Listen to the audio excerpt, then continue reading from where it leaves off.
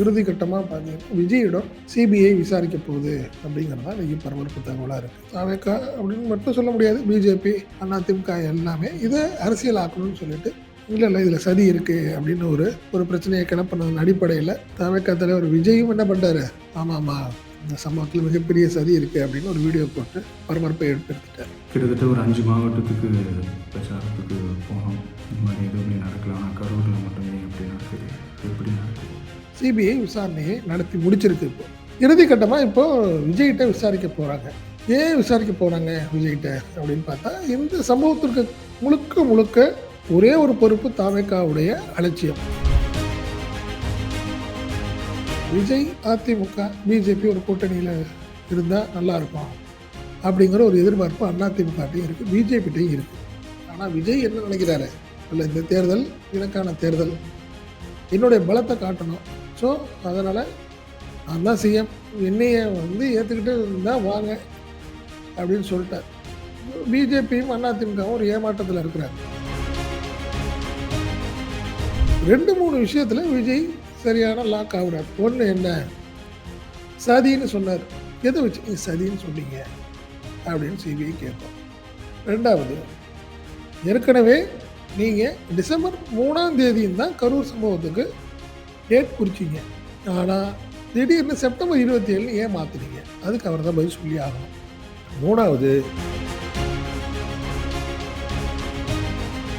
விஜயோடைய அரசியல் நம்மளுக்கு பெரிய லெவலில் பலனளிக்காது அப்படின்னு ஒரு முடிவு பண்ணால் விஜய் அவங்கள போட்டு பார்க்குவாங்களா இல்லையா? பிஜேபியோடைய செயல்பாடும் அவங்களுடைய அணுகுமுறையும் ஆல் ஓவர் இந்தியாவில் பார்த்தீங்கன்னா எல்லாத்துக்குமே தெரியும். இந்த நிலையில தான் கரூர் சம்பவம் தொடர்பாக விஜயை கூப்பிட்டு சிபிஐ விசாரிக்க போகுது அப்படின்னு ஒரு தகவல் வருது. அந்த வகையில் விஜய்க்கு என்ன ஒரு நெருக்கடியை பிஜேபி கொடுக்க ஆரம்பிச்சிருச்சா அப்படின்னு பார்த்தீங்கன்னா அப்படிதான். ஆமாம்,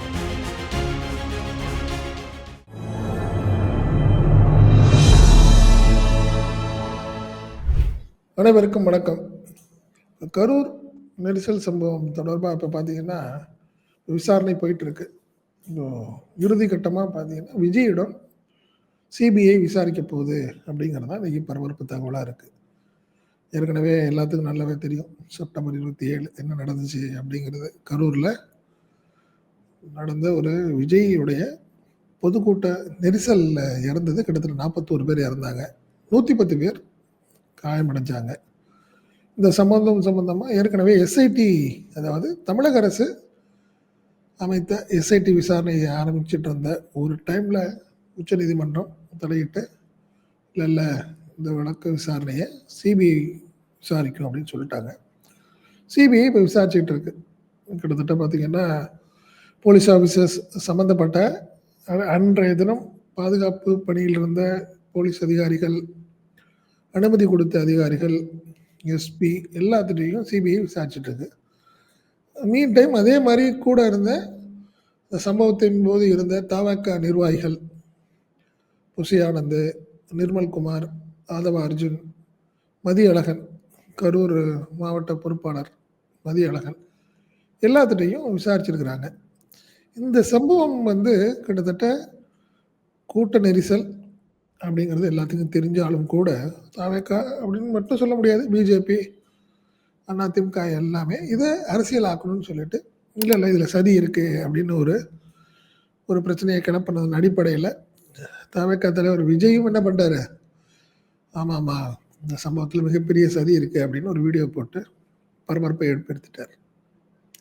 இதன் காரணமாக தான் இந்த சம்பவம் ஒரு ஆக்சிடெண்ட் அப்படிங்கிறத தாண்டி இல்லை சதி இருக்கா, வேற எதுவும் நடந்துச்சா அப்படிங்கிற மாதிரி ஒரு பெரிய எல்லாத்துக்கும் ஒரு எதிர்பார்ப்பும் பரபரப்பும் ஏற்பட்டுச்சு, போயிட்டுருக்குன்னு வச்சுங்களேன்.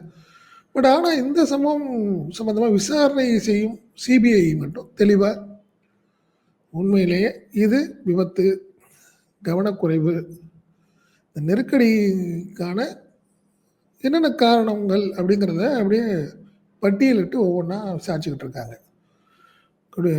கிட்டத்தட்ட போஸ்ட்மார்டம் 41 உடல்களையும் போஸ்ட்மார்டம் செய்த டாக்டர்கள் முதற்கொண்டு சிபிஐ விசாரணையை நடத்தி முடிச்சிருக்கு. இப்போ இறுதி கட்டமாக இப்போ விஜய்கிட்ட விசாரிக்க போகிறாங்க அப்படின்னு இப்போ தகவல்கள் வந்திருக்கு. ஏன் விசாரிக்க போகிறாங்க விஜய்கிட்ட அப்படின்னு பார்த்தா, இந்த சம்பவத்திற்கு முழுக்க முழுக்க ஒரே ஒரு பொறுப்பு தாவேக்காவுடைய அலட்சியம் அப்படிங்கிறது எல்லாத்துக்குமே தெரியும். குறிப்பாக சொல்லணும்னா 2 மணிக்கு வர வேண்டிய விஜய் 8 மணிக்கு வரார். அதே மாதிரி அந்த பொதுக்கூட்டம், மக்கள் சந்திப்புங்கிற அந்த நிகழ்ச்சிக்கு எந்த ஏற்பாடுகளையும் தாவேக்கா தரப்புல செய்யலை.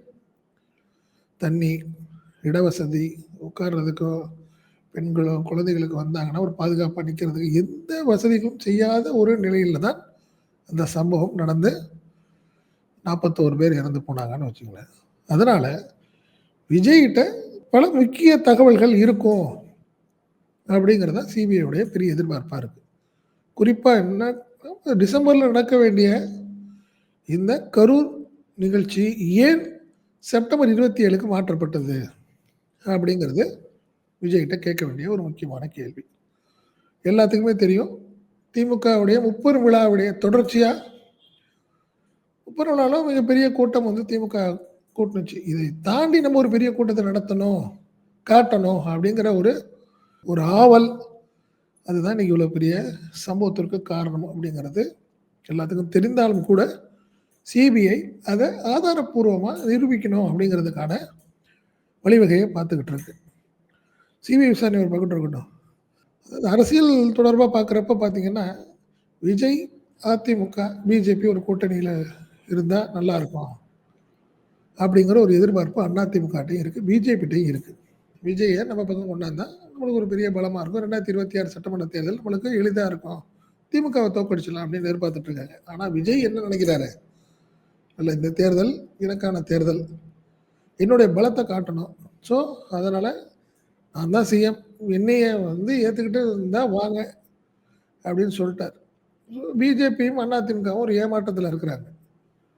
சரி, விஜயோடைய அரசியல் நம்மளுக்கு பெரிய லெவலில் பலனளிக்காது அப்படின்னு ஒரு முடிவு பண்ணால் விஜய் அவங்கள போட்டு பார்க்குப்பாங்களா இல்லையா? அது இல்லை. பிஜேபியோடைய செயல்பாடும் அவங்களுடைய அணுகுமுறையும் ஆல் ஓவர் இந்தியாவில் பார்த்தீங்கன்னா எல்லாத்துக்குமே தெரியும். பிடிச்சவங்கள ஒரு மாதிரி டீல் பண்ணுவாங்க, பிடிக்காதவங்கள ஒருத்தனை காலி பண்ணணும்னு நினைக்கிறவங்கள வேறு மாதிரி டீல் பண்ணுவாங்க. இந்த நிலையில தான் கரூர் சம்பவம் தொடர்பாக விஜயை கூப்பிட்டு சிபிஐ விசாரிக்க போகுது அப்படின்னு ஒரு தகவல் வருது. அந்த வகையில் விஜய்க்கு என்ன ஒரு நெருக்கடியை பிஜேபி கொடுக்க ஆரம்பிச்சிருச்சா அப்படின்னு பார்த்தீங்கன்னா அப்படிதான், ஆமாம் அப்படிதான் நம்ம ஏற்றுக்கணும். காரணம் என்னென்னா, இந்த சம்பவத்தையும் ஏற்பாடு பண்ணவர், அதாவது ரெக்கார்டாக பார்த்தீங்கன்னா மதியழகன், கரூர் தாவேக்காவுடைய தலைவர் அவர். அடுத்த விஷயத்தில் பார்த்தீங்கன்னா நிர்மல்குமார், புசி ஆனந்த், விஜய்ங்கிறவர் அவர் ஒரு சிறப்பு விருந்தினர் மாதிரி தான் அவர். இவங்கெல்லாம் ஏற்பாடு பண்ணி வச்சுருக்காங்க, வர சொன்னாங்க, வந்தேன், பேசினேன் அப்படி தான் சொல்ல முடியும். ஆனால் 2-3 விஷயத்தில் விஜய் சரியான லாக் ஆகுறார். ஒன்று என்ன, சதின்னு சொன்னார். எதை வச்சு நீங்கள் சதின்னு சொன்னீங்க அப்படின்னு சிபிஐ கேட்கும். 2வது, ஏற்கனவே நீங்கள் டிசம்பர் 3ஆம் தேதியும் தான் கரூர் சம்பவத்துக்கு டேட் குறிச்சிங்க. ஆனால் திடீர்னு செப்டம்பர் 27 ஏன் மாற்றினீங்க? அதுக்கு அவர் தான் பதில் சொல்லி ஆகணும். 3வது, ஏன் லேட்டாக வந்தீங்க?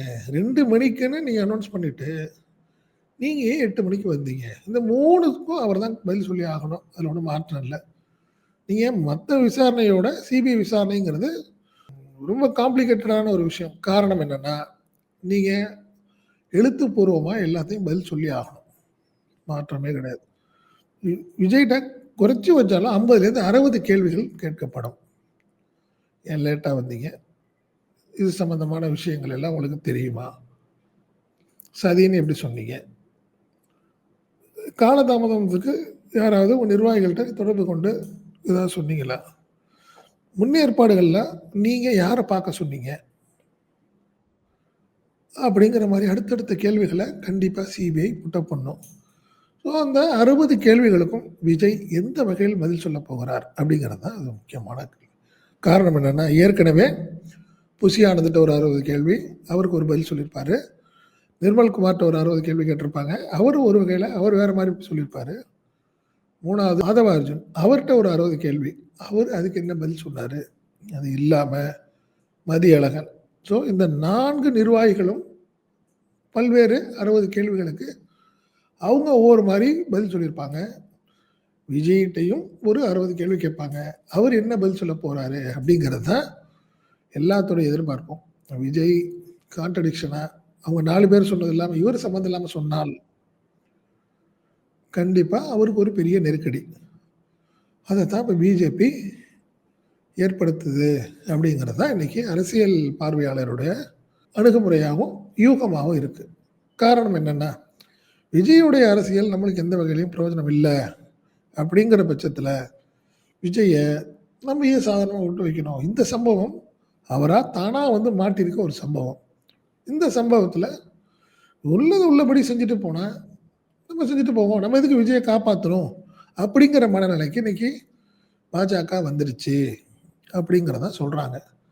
ஒருவேளை உள்ளது உள்ளபடி அப்படின்னு விஜய் பாஜக டீல் பண்ண ஆரம்பித்தால் அவருக்கு மிகப்பெரிய நெருக்கடி தான். காரணம் என்னன்னா, ஏன் லேட்டா வந்தீங்க? அதுக்கு பதில் சொல்ல முடியாது. காரணம் என்னன்னா, எதா இருந்தாலும் 2 மணினா ஒருவேளை ஒரு 4 மணிக்கு வந்துருக்கலாம். 8 மணிக்கு வந்ததுக்கு காரணம் என்ன? அதே மாரி சம்பவம் நடந்த உடனே ஏன் தப்பிச்சு போனீங்க? காரணம் என்ன? தாராளமா பதில் சொல்லி தானே ஆகணும். அடுத்த நாள் வந்திருக்கலாம். ஏன் வரல? இந்த மாதிரி அடுத்தடுத்த விஷயங்கள் அதையெல்லாம் தாண்டி சம்மந்தப்பட்ட 41 குடும்பத்தினரையும் ஒரு ரிசார்ட்ல சந்திச்சேன் மகாபலிபுரத்தில். அங்கே நடந்தது என்ன அப்படிங்கிற விஷயங்கள் இருக்கு. இதெல்லாம் தாண்டி விஜய் பயணம் செய்த அந்த பஸ், சொகுசு பஸ்ஸில் இருந்த கேமராக்களில் பதிவான ஃபுட்டேஜஸின் அடிப்படையிலும் சில கேள்விகள் கேட்கப்பட்டிருக்கலாம். ஏன்னா ஒரு 1/2 மணி நேரம் 40 நிமிஷம் விஜய் ஃப்ரண்ட்ல இல்லை, உட்காரல. அவர் போயிட்டார். உள்ளுக்குள்ளே கேரவான் உள்ளே போயிட்டார் அப்படிங்கிறது எல்லாத்துக்கும் தெரியும். மீடியாக்கள் எல்லாமே இந்த தெரிஞ்ச விஷயம். அந்த 40 நிமிஷம் ஏன் போனீங்க? நீங்கள் போனதுனால தான் அந்த கூட்டம் எல்லாம் அந்த 40 நிமிஷம் இவரை பார்க்க முடியாமல் அவர் பஸ்ஸு பின்னாடியே ஒடியாந்தது தான் இந்த நெருக்கடிக்கு ஒரு காரணமாகவும் போலீஸ் தரப்பில் கூறப்பட்டுச்சு. ஏன் போனீங்க? இந்த ஜனநாயகம் படத்திற்கான ஷூட்டிங் நடந்ததுன்னு சொல்கிறாங்க. கிட்டத்தட்ட கரூர் அந்த நிகழ்ச்சியை மட்டும் 40லேருந்து 50 ட்ரோன் மூலியமாக பதிவு பண்ணியிருக்கீங்க. ஏன் வழக்கத்துக்கு மீறி ஒரு 10 ட்ரோன் வச்சு எல்லா பொதுக்கூட்டத்தையும் இப்போ வந்து கவர் பண்ணுறாங்க.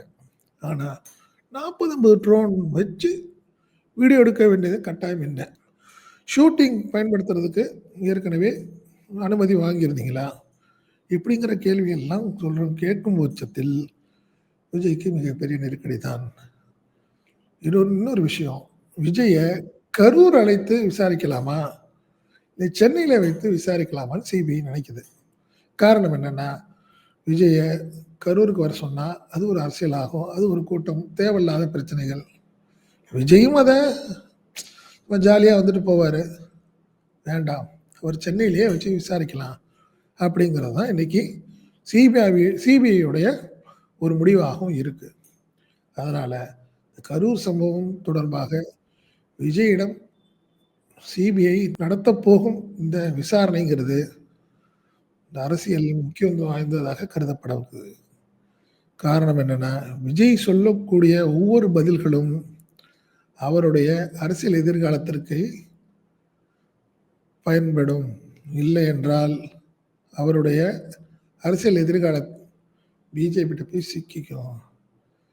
பிஜேபி 2026 உடல்னாலும் பரவாயில்ல, 2029 விஜயை தன் பக்கம் வசம் செய்து கொள்ள இந்த சிபிஐ விசாரணைங்கிறது மிகப்பெரிய பயனுள்ளதாக இருக்கும் தான் எல்லாத்துடைய எதிர்பார்ப்பும் இருக்குது.